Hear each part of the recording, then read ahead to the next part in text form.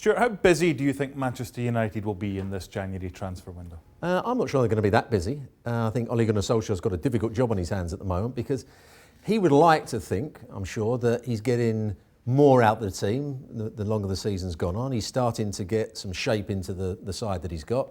You know, he's fairly confident about his two centre-backs, Maguire and Lingard. I think he knows his best full-backs in Luke Shaw and Wan-Bissaka at right-back. In midfield, if Pogba comes back into, we don't know what's going to happen with Pogba, but if Pogba comes back into the side, he's got a choice of McTominay, Fred, or Pogba, and Fred's getting better and better. McTominay's become quite a dynamic player for them.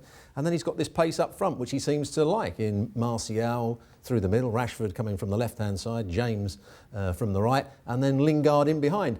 I'm not sure Lingard's the technical player that's going to open up defences, but that seems to be the way that Ole Gunnar Solskjaer wants to play. He wants to play counter-attacking football. He wants to be dynamic. He's now got to develop that creative side in the top third of the field. Who's been the pick of this bunch that we're about to see of transfers that have come into Manchester United over the last 3 seasons? So we have Harry Maguire, Romelu Lukaku, Fred, Aaron Wan-Bissaka and Nemanja Matic. These are their most expensive players over the last 3 years. Well, the first one you mentioned, I think he's a top-class centre-half. He's excellent at coming out with the ball, but Ole Gunnar Solskjaer's got to make it easier for him to come out with the ball. You've got to get the best out of Harry Maguire. It's no good having a midfield player coming short and trying to get the ball off him, because Harry Maguire, when the ball's switched, he wants to come out with the ball. So you have to open up avenues so he can then roll it into the front or come out and join in, play little 1-2s. That's what he does when he's at his very best. Yes, people talk about his slight lack of pace when he's defending, and he can be slow on the turn. But overall, I think he's been the best signing at all those ones you mentioned. Fred is getting better, but he's certainly not worth the money that Manchester United play for him. What about this kid behind us?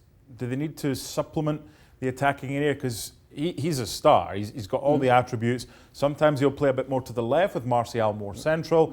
They have a good relationship, but do they need... They had Lukaku, they got rid of him. Do they need someone in there just to supplement what they have? I would say it would be a good choice to have a more of a target man centre forward, so they can play different ways when they're playing against teams at home and they're getting crosses into the box, somebody who's good in the air. They haven't got that at the moment. Martial's not going to win too many balls. Rashford scored a great goal a couple of weeks ago with a header against Newcastle, I think it was. Really good header.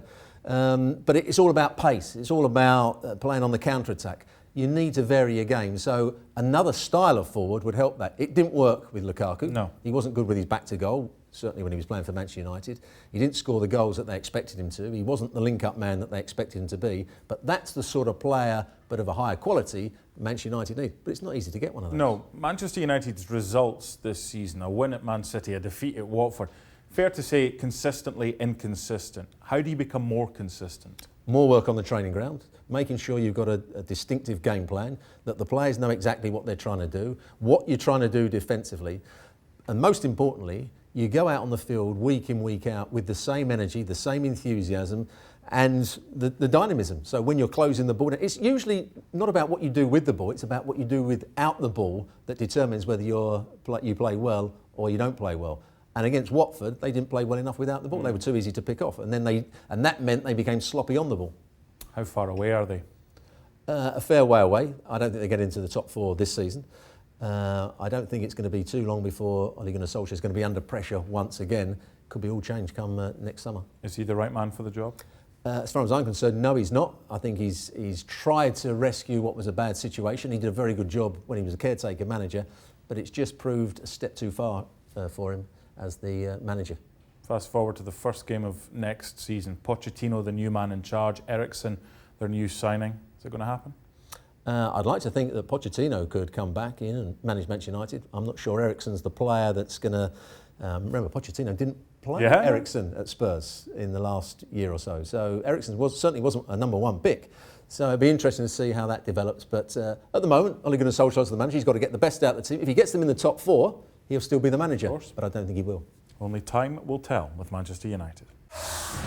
Well, thank you very much for watching ESPN on YouTube. For more sports highlights and analysis, be sure to download the ESPN app. And for live streaming, premium content, and let's not forget as well, ESPN FC 7 days a week. Subscribe to ESPN+.